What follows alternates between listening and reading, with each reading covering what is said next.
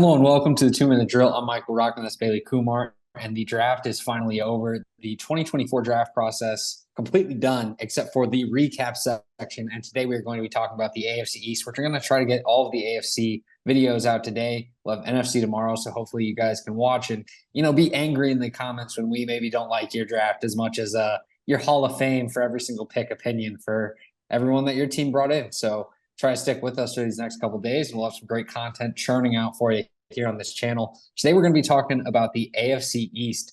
Bailey, I mean, four teams that maybe had some important drafts coming. The Bills were looking to contend and make more of that. The Dolphins had to kind of repair a lot of lost damages that they had in free agency. The Jets obviously had a disastrous 2023 and are looking to rebound in 2024. And the Patriots kind of restarting on a rebuild. So a lot to talk about. Let's start with the Patriots. And, right away off the bat, first pick with the number 3 overall pick in the draft, they get Drake May. What are your thoughts on the selection? Yeah, so I kind of think this is the obvious pick, right? This is the Patriots not kind of trying to do anything fancy, anything too much. They took the guy who has the upside, I think, the bigger upside than JJ McCarthy to be a franchise quarterback in the league. There's some talks about trading out, trading down, maybe still getting a quarterback, but I think they did the right thing here in taking May. Um, uh, they the interesting thing I think with May is how soon they're going to start him, because they do have a Jacoby Brissett who is a solid starter in the league. He's not like some bum that you are just crossing your fingers to replace. So it might be a while until we see May start, but I do really like this pick, and I do think they make the right decision. Yeah, I would agree with you. I liked May as my quarterback too in the class. I thought him and Daniels were pretty close, and then the rest after that, there was a little bit of a drop off. So I like that they went with May of the three that came off in the top three. Him being available is huge for the Patriots. The upside is there, like you said. I think the tools are exactly there. I think there is some rawness to his game, but there is also some pro readiness in terms of calling his own protections at the line at North Carolina. And I think he has some throws that really are NFL caliber. It's just the action of getting those to be consistent from play to play during his time in the NFL. And I think that's the big question mark. And a lot of people want to call into question the supporting cast and surrounding roster for him. And we've seen quarterbacks overcome bad rosters and bad supporting casts. It's just about having the right coaching in place to kind of help him reach success. So the big question mark in his development is going to be Alex Van Pelt. How is this offense going to look? How are you going to manage trying to make it to where he is efficient in his early snaps so that he can sort of build on that success and become a long-term franchise quarterback for this organization? And, part of the process in improving the supporting cast, the next two picks on day 2, they went and got Jalen Polk, the wide receiver out of Washington, who was a number 2 receiver for the Huskies on their way to the national championship. And then they went and got Caden Wallace, a guy who played right tackle primarily in college. Part of it was because of Fashanu playing over at left tackle, or Fashanu, sorry, playing over at left tackle. So, there's an argument to be made that maybe he could play left tackle in the NFL. It seems like that's their intention for him. Day 2 was interesting for the Patriots. Some people felt like these guys were a little lower compared to the available talent on the board. What were your thoughts specifically?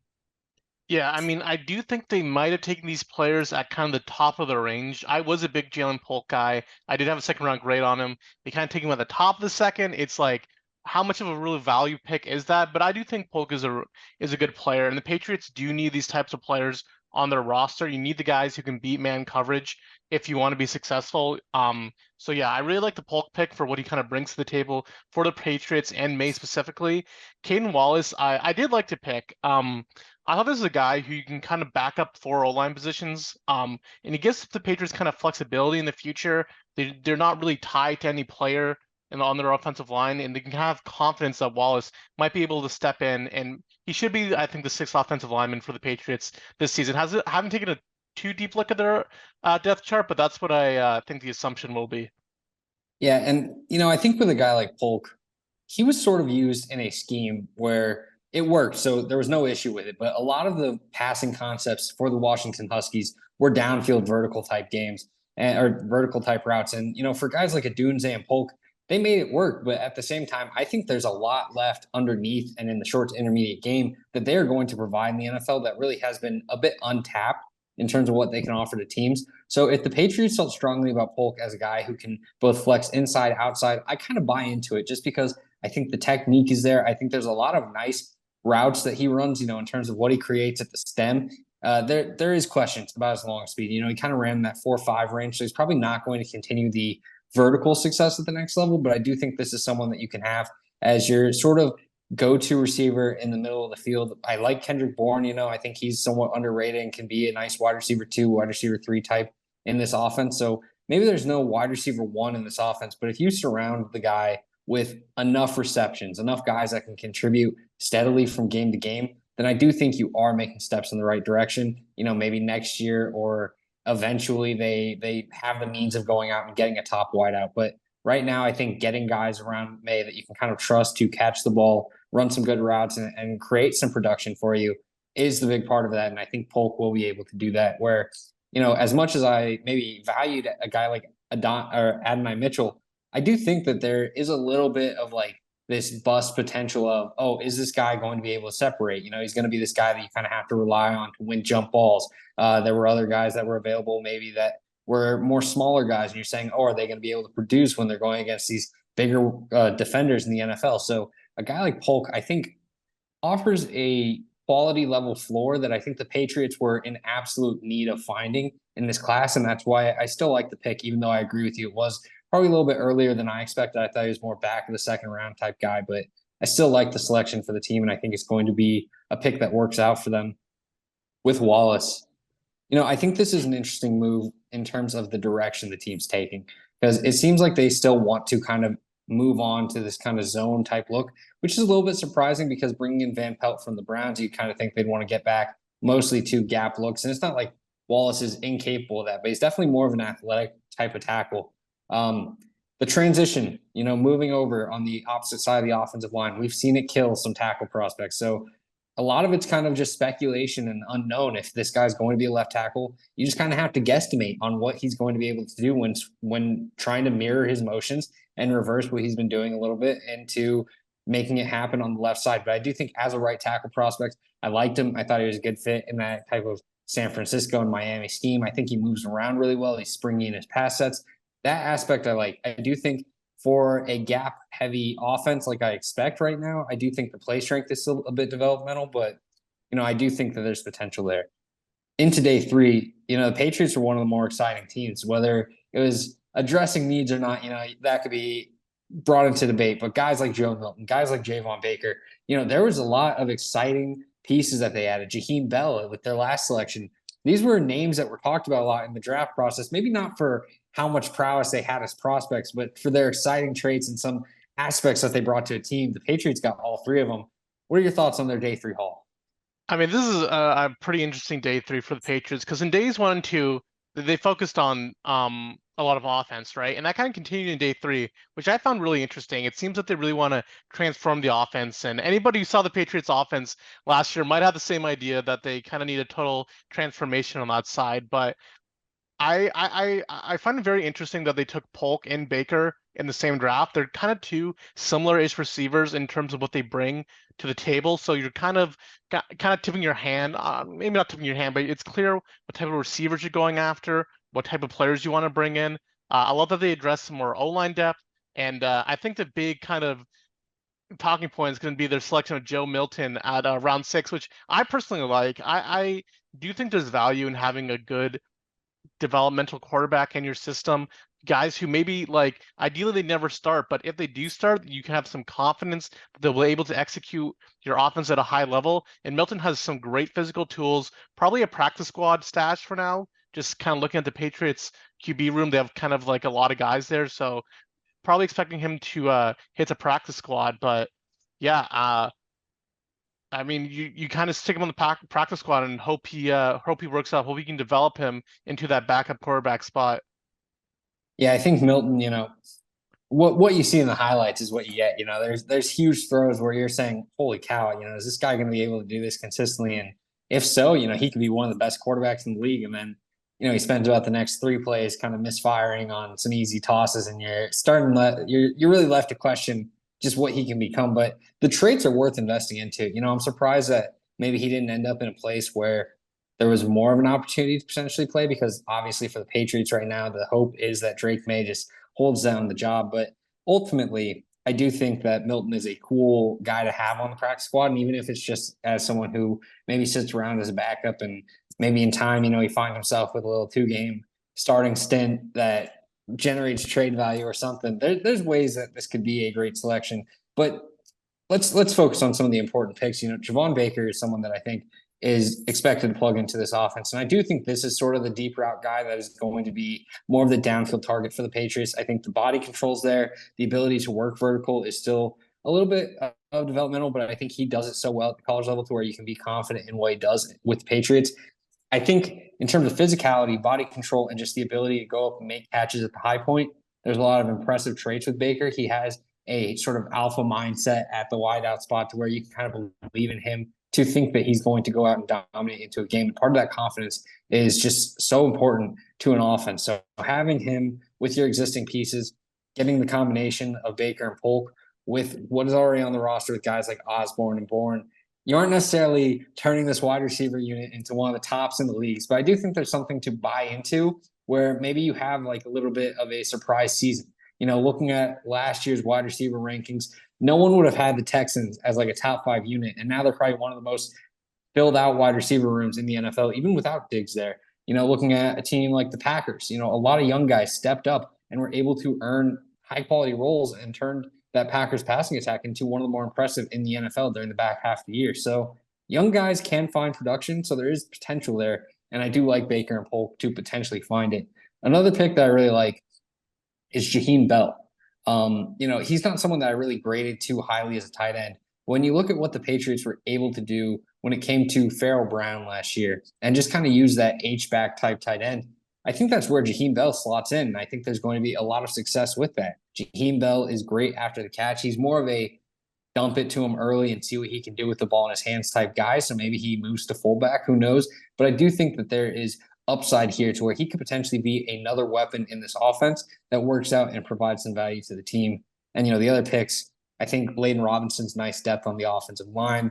Marcellus Dials, probably a little bit of a special teams type ad, but I do think that there's potential there with his size and athleticism. And yeah, overall, I think it's a great draft for the Patriots. And for year one of the rebuild, that is sort of the restart of the rebuild. I think it's a good move. So what's your overall grade on the class? Because, you gotta give the grade. Got to give the letter grade. Yeah. So I do think it's important to note that with the third overall pick, you're kind of just taking the obvious. So even though I do like the selection, I'm not going to be like saying, oh, they got their QB, so A+ right away. But I do think this was a very good draft where I'm in that B+ to A- range. I'll give them the A-. I'll be nice here because there's so much upside with the rookies, and they did a good job of kind of addressing needs, which I think was a big problem of the Belichick era. You'd enter the draft saying, oh, defensive end for sure is our biggest need, and then he'd go and draft like an offensive guard. Whereas this new regime did a good job of getting talent while also addressing major needs on the roster. And I do like that approach. So I'll give him an A-, and I think it's a right start in the right direction. Yeah, I was a bit harsher. I gave him a C+. I do like the May pick, but I do think it was kind of the obvious pick. And the rest of their picks, maybe a little bit of reaches, maybe there's some better value on the board. I would have liked him to see, address some defense. I do think that Belichick might have been doing a lot of heavy lifting when it comes to the defense, and you worry about the transitionary period, getting some of your own guys in there that can maybe execute, maybe not a new scheme because it's still Mayo there, but like a similar scheme. I don't know. I think they needed some more defense. I understand the approach behind the all offense draft, but I don't know. I think Baker and Polk are kind of too similarly or too samey for me. Maybe they could have gone different type of receivers, get some guys who can give you some different options back there. So yeah, I gave him a C+, and C is average. That's my grading scale. C is average, so this is above average, but not by much. Not by much. I think they could have done better. I will say, in defense to them going so offensive heavy, if Drake May doesn't work out, then all of this is for nothing. And I think we saw that with the Panthers where, if you don't get your quarterback in the right situation to succeed, then the entire team is going to get stalled and you're going to be forced into, probably parting ways with a lot of your defensive pieces that maybe will contribute to that success. So for the Patriots, year one, trying to make sure that Drake May's in the best situation possible, I kind of get it to take an offensive heavy approach. Yeah, I get that. We saw it with the Panthers when, they gave Bryce Young the good wide receiver room, but, kind of an aging Adam Thielen who didn't hold up the entire season, DJ Chark who did DJ Chark things and got injured again. and Jonathan Mingo, who was always a bit more of an upside pick rather than a solid floor player. So the weapons fell apart on them, and I do like them taking kind of floor players at wide receiver. Let May build a rapport with them, so when he gets in, he's at least a little familiar, and you know that these are guys that can contribute. I don't hate the approach, but this could have gone better, a little better. They played it safe. Let's just say that. I think they played it safe here. Fair enough. Fair enough. Well, later on in the draft, the New York Jets were on the clock with the 10th pick. They ended up trading it to 11, so it's not like they really went down too far. But, they've had an interesting draft as well, a little bit offensive heavy with the approach, only taking two defensive players with their last two picks in the draft. Obviously, this was a very good defensive team that sort of fell apart when Aaron Rodgers had a season-long injury in one of the first few snaps of the season. So, what do you think of this Jets draft, and how do you feel it helps them as they look to contend in 2024? Yeah, I'll stick to the day one. I'll let you. I don't want to talk about the entire draft, but I'll talk about Olu Fashanu and why I think it was the right pick. The Jets do have a pretty solid O line if you look at it on paper, but their tackle options are a little bit older, a little bit more injury prone, and Fashanu gives them that ability to slot in as a left tackle, which not a lot of players have that. If your left tackle goes down, who are you going to have to replace them, right? That's kind of the idea the Jets went in this draft, and not a lot of good FA options, not a lot of good options in the draft. So I love this pick, and eventually you are going to need a long-term starter at the left tackle position. And Mashani offers that, and I don't know how many players outside of Joe Alt and maybe JC Latham, according to the Titans, offer that in this class. So I thought it was a great pick. This is absolutely the right pick. It might have been a little, tempting to get Rodgers another weapon here, maybe go Brock Bowers, but I don't know. I love this pick. I think this is absolutely the right direction for them to go in. Yeah, I think the Jets were in a weird situation because all the reports were that they didn't even expect Tyron Smith to accept the contract offer they sent to him, but he ended up accepting a very team-friendly deal to come join the Jets and help Aaron Rodgers kind of be protected through the season.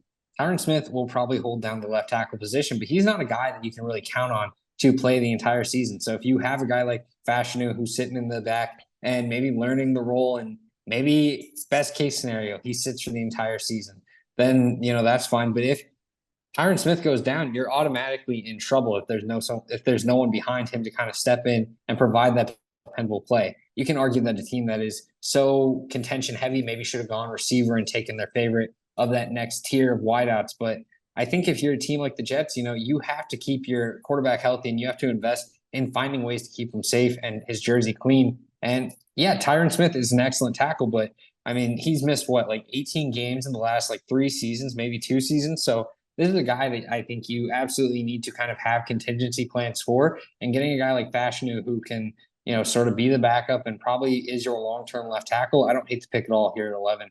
Going into day 2, however, this team, I think, kind of fumbled the bag a little bit. I like Corley. I think this is an interesting selection, but when you're looking to add weapons that the offense is rough right now. I think that's very safe to say. And with the available talent that was on the board, I think a guy like Troy Franklin or Javon Baker are better additions to the offense of trying to expand the passing attack downfield. Whereas finding a slot later on in this draft is a lot easier, and I think that's the kind of skill set that Corley brings. Now, don't get me wrong, Corley, after the catch, has a lot of impressive traits that I think makes him an extremely intriguing wideout for just overall potential. But I think in terms of trying to fill out this roster, trying to fill out the talent on this team, Corley wasn't the better pick than trying to get an outside receiver and then looking to address slot later on. Yeah, I find it pretty interesting that you mentioned that the Jets probably should have maybe taken a weapon at 11, because according to their beat writers, Corley was their wide receiver 4. So when you're at the 11 spot, obviously the 3 wide receivers ahead of them are all gone. So yeah, Corley, their wide receiver 4. I don't know if I agree with that. Might be not in line with my rankings, but if they truly believe that and they got him in the 3rd round, that's a huge boon for them. That's a great pick. I do like Corley's fit within the Jets. I gave him the Amari Rodgers comp. Kind of funny that we got Aaron Rodgers back with the Amari Rodgers light kind of thing. Obviously, Amari Rodgers didn't work out with the Packers. Hopefully, Corley does a little better this little better. And yeah, maybe they should have addressed the outside wide receiver, but you already have Garrett Wilson and you have Mike Williams. So Corley kind of fits in well in that slot option, gives you a nice three wide receiver sets that you can run. And yeah, I might be a little bit higher on this pick than you are, but yeah, I like this. Yeah, I'll admit I definitely blanked about Mike Williams signing with them, so I guess that helps out a little bit for their outside receiver spot. But I don't know. I'm not huge on Corley. I guess if they viewed him as high as wide receiver four, then obviously they think the yak potential and just overall ability with the ball in his hands has a lot more upside than I do. And yeah, if they view that, that's just part of the draft process where we all have different subjective opinions. So I get that regard, but I will say just not really sure in terms of how they approached day three, double dipping at running back when, last year they brought in Dalvin Cook and they immediately were log jammed at running back. So much that they had to trade away Michael Carter. And it's not like Michael Carter was just this phenomenal running back that they were crying over the fact of dealing with him, but they had to get him off roster because they were like, we have too many guys right here that are trying to get carries. Now they bring in Braylon Allen and Isaiah Davis, and they've once again kind of log jammed themselves. I understand Dalvin Cook's gone, but that's two running backs, and you're kind of bring back the issues, especially with Israel Abanikanda still on the roster that you're kind of hoping kind of makes those next steps. And, you have Brees Hall as your starter who I think is able to take on a bell cow workload. So I don't know. It's an interesting use of assets, especially with a fourth round pick when you're kind of going all in on trying to rebuild this roster and kind of take those next steps. I would have liked to spent more on the interior offensive line, trying to get someone to potentially compete with John Simpson for snaps. And then the fifth round, the team went Jordan Travis as their backup quarterback. And this is, again, more a matter of subjective opinion and analysis on these quarterbacks. But for me, I really just did not see an NFL starting caliber QB when it came to Jordan Travis. I felt like he was someone that obviously had college success. I think he's smart with the football in his hands. But when it comes to the overall arm talent and ability to push the ball downfield, I don't see it. And I think that a guy like Michael Pratt would have made a lot more sense, where I think there's a little bit more arm talent to be able to throw the ball downfield. I think there's potential. He's a little bit younger as well, to where he could maybe even be the long-term answer for this team at quarterback. And he has some mobility that, you aren't really sure what's going to happen with Jordan Travis as he kind of comes back from this injury. Two QBs out of your three on the roster that are dealing with major knee injuries right now. Probably not the greatest risk of what you're doing to address the passing situation there in New York, but again, it's a matter of subjective opinion and analysis on these quarterbacks. They obviously view Jordan Travis a lot higher, but ultimately, I just felt like the Jets had a pretty bad day three, one of the worst day three drafts for just ability to spend on these types of picks and where they used them at. So that was my feelings on it, and I was kind of disappointed with what they've done. But Bailey, maybe you have a different take. No, I thought this was also kind of a disaster for them. I did like the Braylon Allen pick. I kind of like him as an RB3. Kind of brings in something a little different into the backfield with Abanikanda and Hall, where he's kind of, that bigger between the tackles guy. And I think he's a Yeah, I little, just want to say real quick, I like both the running backs yeah. as prospects alone, to where it's if they took one or the other, I would have said, okay, that's fine. I get it because they're pretty good. Isaiah Davis is a really tough runner that I think really showed some nice stuff for South Dakota State. Braylon Allen has a tremendous frame and is one of the youngest prospects in the class, where I can easily buy into him and his potential. But it's just the fact that they drafted both of them that really kind of soured me on the draft overall. Yeah, I agree. That's what I was getting to. And I think that Allen actually is the much better fit into the backfield, because Allen, between the tackles, good pass protection. I don't know. That's kind of something they've been missing. So I like that pick. Jordan Travis, this is kind of just them setting a pick on fire. I don't mind Jordan Travis maybe as a seventh, a QB3 guy you keep on the practice squad, but what's the fit here? He's almost like, if you were to lay out his strengths and weaknesses and Aaron Rodgers' strengths and weaknesses, it's complete opposite. I don't know what they were doing here. So, and then I mean they take another running back, RB4, and then they trade John Franklin Myers in the middle day three. And so now they have a whole lot of edge that they kind of just didn't address. They take two DBs. One of them was a CFL guy, Quantes Stiggers, who, great story, but you probably need him to develop a little more. He didn't play any college football, so that's probably his practice squad guy. Young Key, probably another practice squad guy. So, I mean, you kind of look at their draft as a whole. It's like, what did you really get out of this? And I don't know. On day three, I thought they could have addressed some more holes better, addressed some more needs better, kind of more went all in around Aaron Rodgers, been more aggressive, but it is what it is. We'll see how this class turns out for them. Yeah, I think that's the big thing is, you're a team that has built out a pretty good roster of quality starters throughout the entire team, but you have to address the fact that you are going to be getting more expensive as this young talent gets older. You're going to have similar issues of last year where, some key pieces went down and your team started to fall apart. You need to address the overall depth and just try to figure out how to kind of supplement some of the losses that are going to be eventually coming as you maybe can't afford some of the bigger price tags on this roster. And instead, I feel like they kind of wasted this chance on day three.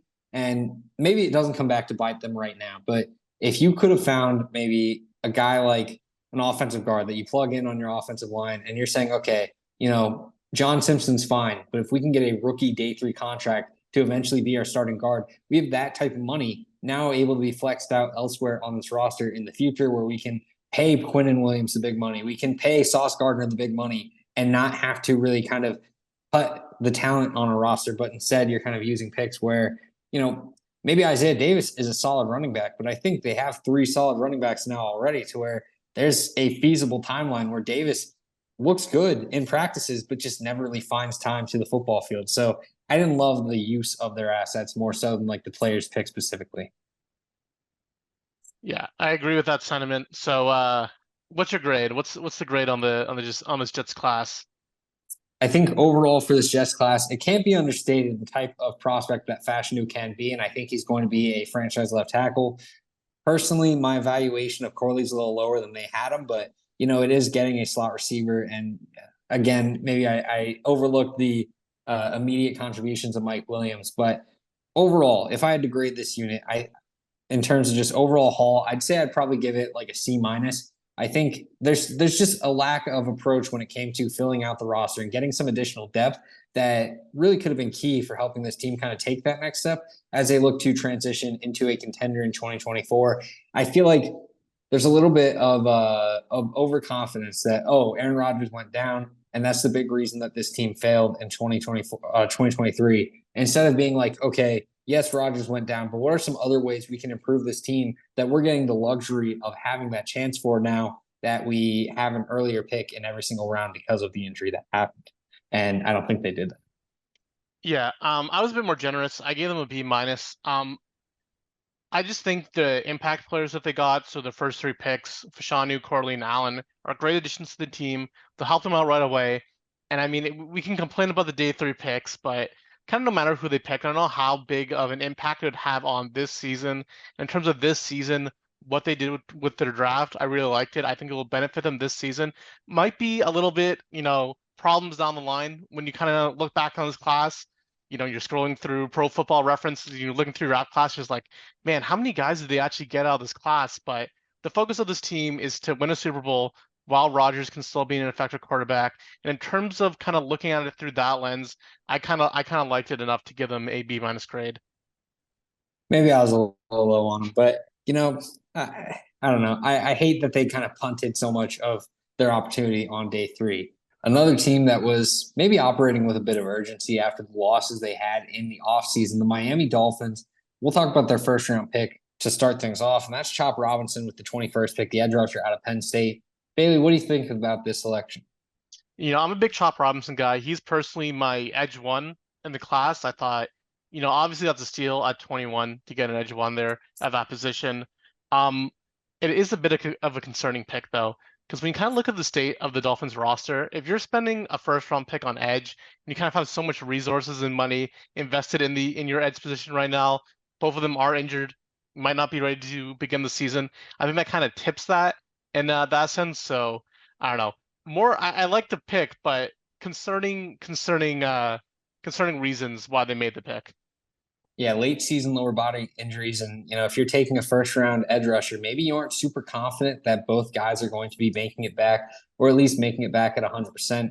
Also, when all three are at 100%, you probably aren't going to be able to hold on to all three where you're getting the impact that you want out of them. So maybe one of them is entering what could be their last season in Miami. It'll be interesting to see because this is a team that, as we very well know, had a very tight budget this offseason, and it's only going to continue, especially with the Tua contract coming up. But this is a team that I thought maybe would have gone defensive line, but it seemed they instead wanted to go with Chop Robinson rather than a guy like Jerzon Newton, maybe. But I didn't hate the pick. I think Chop Robinson is a very high upside defender, and I think especially in this sort of Raven scheme with their hire of Weaver as their defense coordinator, I think it is going to be interesting to see what type of edge rushing presence that Chop Robinson is able to generate, and I think he's going to fit well into the scheme. Yeah, I mean, I in terms of talent and just upside, I get the decision 100%, and I like the move. I am just a little bit curious to know what the rest of this roster is going to look like when you maybe didn't address some other big needs on the roster and you're kind of punting them down the road further like in this draft or just not at all. Yeah, I mean they did kind of. I don't know if they're kicking the can down the road, but the Dolphins were kind of an odd spot where they're not in all in mode just yet, but they're getting there. You know what I mean? Tua doesn't have many years left on that kind of cheap contract. This might be his last year. I think this might be he's playing on his fifth year option, right? Um, It's yeah, fifth year, I believe, or maybe it's yes. the fourth year's 5 year thing. I'm not sure. I don't know. I can't count stuff like that, but yeah, kind of an important season coming up, and you know, Pig and Chop kind of signals that we're not gonna punt games at the beginning of the season, but our edge group might be in trouble. So yeah, then we kind of move on to day two with the Patrick Paul pick. Um, I personally wasn't too big of a fan of this pick, because really, what is this pick really doing for you? You just kind of extended Austin Jackson. Maybe this is kind of another tip that Teron Armstead, you don't have the greatest confidence in his ability to stay healthy for a full season. You know, he wasn't practicing basically the entire season just so he would stay healthy during the games. Maybe you kind of think about a move inside the guard for Paul, but I'm not sure how well his profile kind of fits there as a guard. And yeah, I'm not too sure about this pick. This one kind of had me scratching my head. Yeah, this is a team that had like numerous guys kind of starting at offensive tackle over the course of the season where they were just desperate to find anyone who could kind of step in. So I get the move of adding a tackle.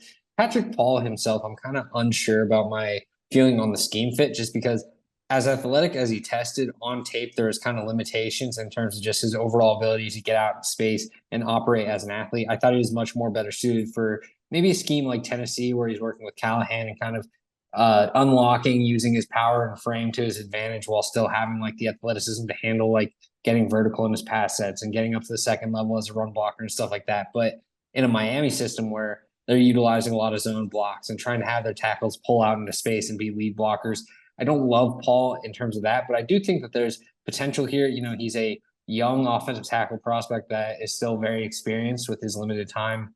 Well, with his 4 years of college starting experience, and I think that a lot of NFL front offices value that, especially for a guy that you're probably looking at as your swing tackle right now for 2024, where maybe he's stepping in at left tackle to fill in for Armstead, or maybe he's stepping in for Austin Jackson at right tackle. So I do like the pick in terms of the position addressed.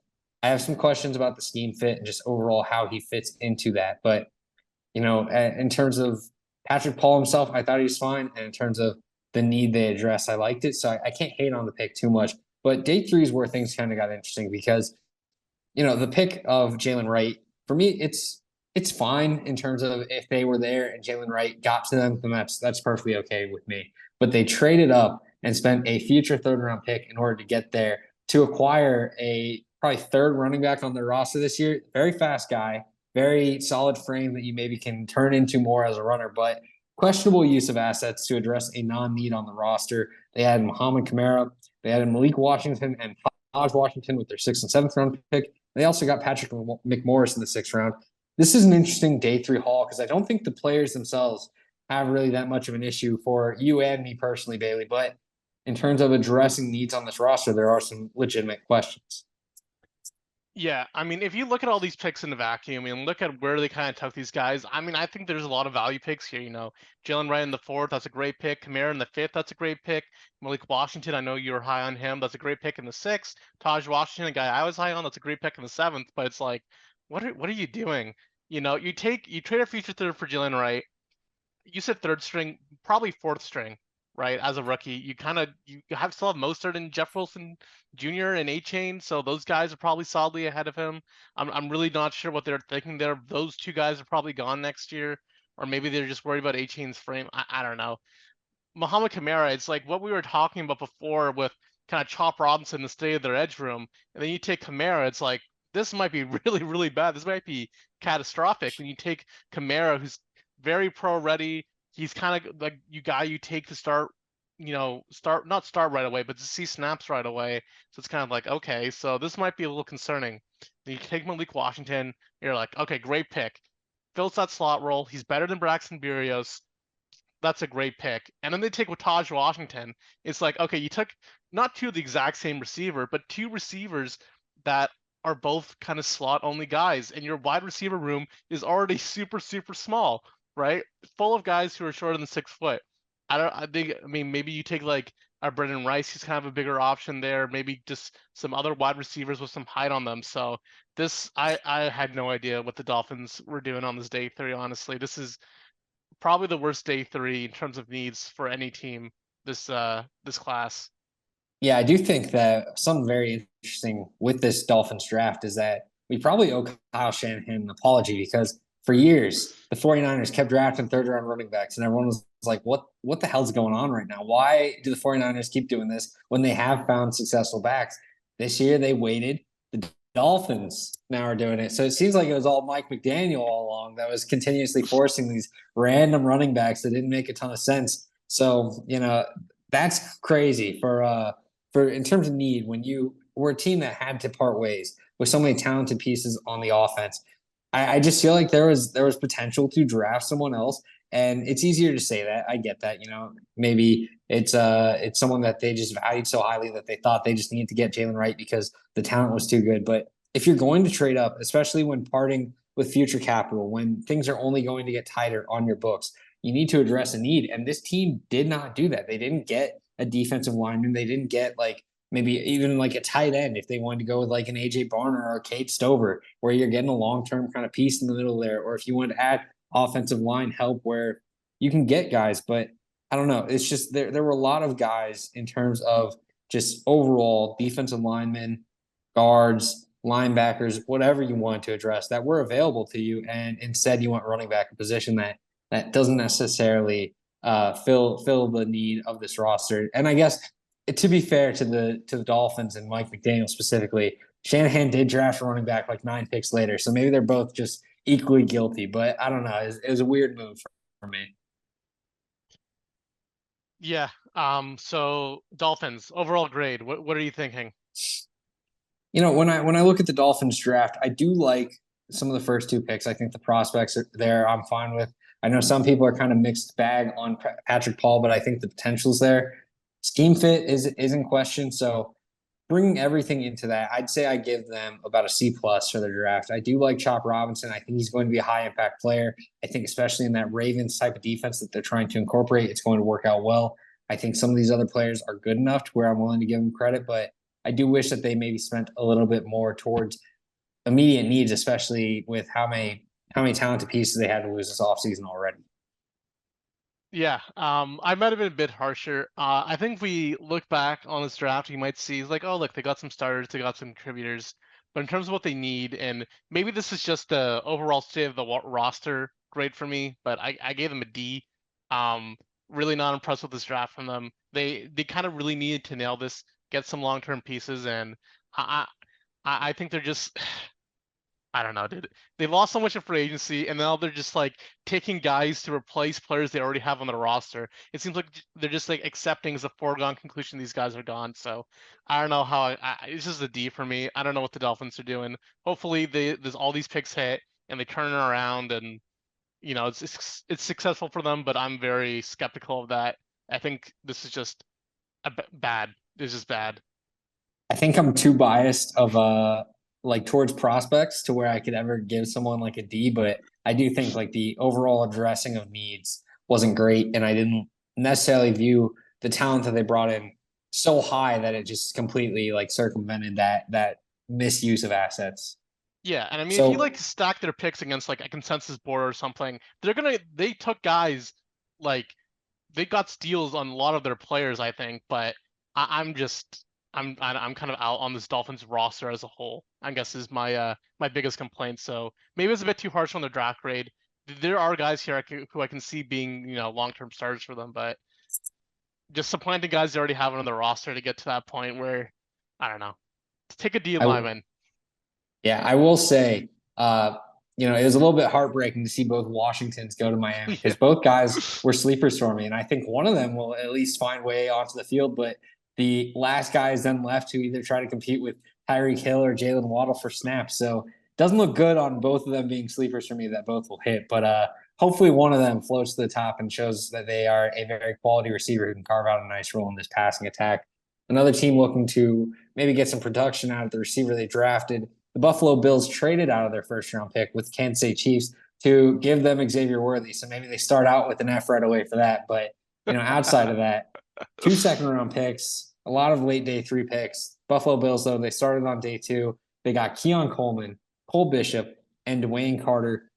I think they're all pretty talented guys. I think Keon Coleman, I think in terms of just overall ability to produce, I think there's a lot to like about Keon Coleman, even though the testing was a little bit disappointing, even though the prototype can be a bit hit or miss in the NFL. I do like his fit with the Bills and in that offense. And I think he's going to be better than people are giving him credit for because maybe they piled on a little bit too strongly on, the RAS of things. But overall, I do think that he has some promise. And I like Cole Bishop a lot. I think as a strong safety prospect, he has some of the best instincts in this class. He crashes down on the ball extremely well. He has great size and great just overall play IQ to where he is finding and making plays constantly in that secondary. Dwayne Carter, I'm a little lower. I feel like he's a nice plug and play defensive lineman. So here in the third, I'm not going to destroy them for it, but I do think there's some questions about his overall pass rushing production that I didn't love for his type of role in the NFL. But still, overall, day 2 is pretty solid for the Bills. I want to know what your thoughts were on it. Yeah, I kind of think this is obviously just gives some more like context on their draft. This is a very important draft for the Bills, right? You traded away Diggs, who's kind of been your alpha receiver for years. You kind of been stalling out in the playoffs recently. You kind of need a mini retool. You need to get this operation back into full motion. You have some great pieces of both your offense and defense. Let's get some young talent in there. Let's get them starting. You lost some starters. Let's go, right? And they hit it. I think they hit it out of the park right away for Keon Coleman. There's a couple different wide receivers that could have gone here. A.D. Mitchell was there. Some of the slot guys like McConkey were there, but I think Keon Coleman was the right pick. And I think when you kind of watch him on tape, you're not too impressed, but I think that was more of a product of the Florida State offense and Jordan Travis, where he maybe wasn't being used correctly. And I do love that fit in that Bills vertical offense to kind of not replace Diggs. You're not going to replace Diggs, but kind of complement the other pieces that they have on the roster. Maybe you're going to see a different type of a passing attack with the pieces they have on the roster now. Cole Bishop, obviously, they lost both their starting safeties. I think Poyer and Hyde are gone, right? Yeah, so he can start for them right away. He will start for them right away, I should say. He'll see a lot of snaps his rookie year. So right away, first 2 picks, first 2 holes. Dolphins take some notes, and then Dwayne Yeah. Carter. Sorry, go ahead. Oh, I was just gonna say, there's a chance that Micah Hyde's back in Buffalo, but he's a free agent right now, and it seems as though if he were to be returning, it would have already probably happened by now. So I do think Cole Bishop's gonna step in right away, and I think he's very capable of doing so. Yeah, yeah. Kind of those 2 guys have been the backbone of that Bills offense for so many years. And you kind of want to transition that with as little hiccups as possible. As a rookie, there are going to be some rookie errors, but he gives them a great chance to transition without missing a step. Greatest chance without missing a step. And Dwayne Carter gives them some D-line depth. So I like the pick there. And I don't know. I think their day 2 was really good. I think they're probably have to be extremely pleased with what they walked away with. Yeah, and what was interesting with day 3 is this was a team that traded back a lot, so they had a lot of swings, and it's not necessarily just you got a lot of picks, so you automatically succeeded. But if you can utilize those picks and give yourself plenty of opportunity to hit and find great value in the day 3 part of the draft, then you're going to probably find a very sustainable roster that you're able to keep successful over the course of the years. And I think the Bills were heavy on that approach of saying, hey, if we think we can play the board and get back a little bit and add another day 3 selection, we're going to take advantage. And they did so with 1, 2, 3, 4, 5, 6, 7 day 3 selections. They started things out with Ray Davis out of Kentucky, then followed it up with Cedric Van Pern Granger, the center out of Georgia, and Edifon Olafashio, a sleeper linebacker of mine from Washington, who was someone, wasn't really much of a sleeper, was considered kind of a round 2, round 3 guy, went through 2 years of injuries that caused him to miss time, came back. A lot of people kind of thought, yeah, he's probably sapped from injuries, probably not as efficient. dominated the combine, had a great year in 2023. And I think he's probably one of the best values at the position. Van Pran Granger, I think, is going to be someone that can potentially start at center. I'm not sure who they went out and got to replace I Mitch think Morse at center, but I think they're moving McGovern to center. McGovern to center. Yeah, Yeah, that's yeah. what it is now that you mentioned that. So, I think there could be some potential competition. Maybe in a year or so time, he can take over the starting job. Ray Davis is one that I really like because I think in terms of complementing James Cook, he's someone that does so extremely well. He's a powerful, stout back that offers a lot of burst and just overall physicality behind the way he runs. And I think when you're trying to kind of incorporate the run a little bit more with Joe Brady, and I think that was a big part of it was getting the ball in the running back's hands, trying not to do too much of forcing the ball downfield, which I think ultimately led to why Diggs was unhappy and eventually got traded off to Houston. But having Ray Davis and James Cook in that backfield, I think is going to be wonderful for this Bills offense. And I really like their first three picks. And, they followed it up with some other great selections. Solomon was very productive in the FBS. Grable and Clayton are more kind of upside swings, but I think there's potential there. And I like I like the teams that kind of take those swings on, hey, this guy's a great athlete with some nice tape and some nice experience. Let's see what we can turn him into. And then Daquan Hardy, he's an electric slot guy that I think could potentially earn a role in that defense. They love to develop these late round corners. So Daquan Hardy becoming another one in a long line of corners that have kind of worked out from day three for the Bills wouldn't shock me. Yeah, I mean, I totally agree. Dolphins, bad day three. Bills, maybe the best day three. I love all the guys they took. These are guys that, will slide in as backup special teams guy, but you see the upside to start for them. Or maybe not start, in Ray Davis's case. If James Cook goes down, he's another guy that could be kind of a bell cow for them. He's kind of shown that the ability to do that. And you need guys like that on your roster, right? You don't want to handicap yourself when a guy goes down. The Bills' RB room is not that great right now. I think Ty Johnson's RB2. So yeah, Ray Davis is a great pick.